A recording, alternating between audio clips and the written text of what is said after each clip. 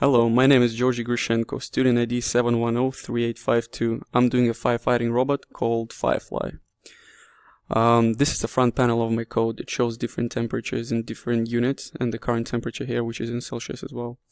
There is a temperature scale over here, and and also the maximum temperature that it's ever reached, the thermistor. This is a control for the servo motor. It allows you to change the direction of a robot. It also shows you the servo pulse width modulation and servo duty cycle in those two tabs. There is also an ambient light sensor used. It goes from 0 to 255. The higher it is, the higher the light intensity is. There is also a camera employed here. When it's turned on, there is a picture shown on here, and depending on the color of the picture, each one of those LEDs will turn on. If the color is red, the red will turn on. If it's blue, the blue will turn on. And it also shows you the name of the chemical that is involved in this color of fire. So now this is the color sensitivity for the camera as well, and the color spectrum here. Basically, each of those numbers change when the specified color is presented in the picture. Now this is the code. So this is the code for the thermistor. It starts with the Rio input because it's analog input. I employ pins 5 and 3. They are fed into the voltage divider formula, which has the resistance value of 10,000 ohms, which is on my board on the hardware. The pin 3 represents the voltage output, and pin 5 represents the voltage input.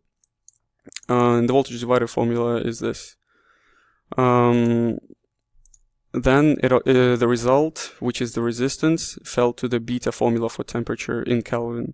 So the beta formula represents the difference.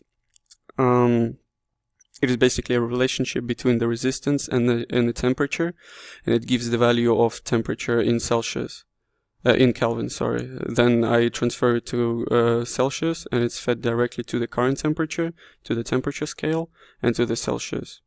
Then there are several mathematical operations that are done to get other units, as can be seen here: Newton, Fahrenheit, Kelvin.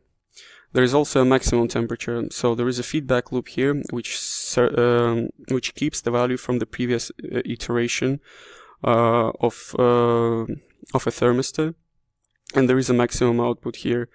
So basically what it does is it shows you the maximum value of temperature ever reached on the maximum temperature thing.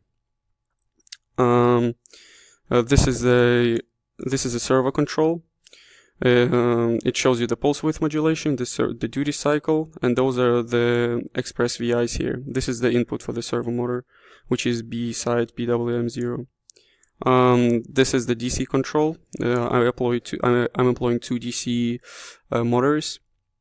This is all the logic required to get to the duty cycle to either 0 or 1, as it's the maximum duty cycle. 1 is the maximum duty cycle and 0 is the lowest.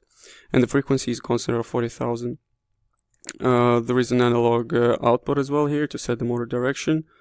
Then there is an ambient light sensor over here, which shows you the value from 0 to 255 of light intensity. If it's more than or equal to 50, I say to activate the motor over here, because there is a not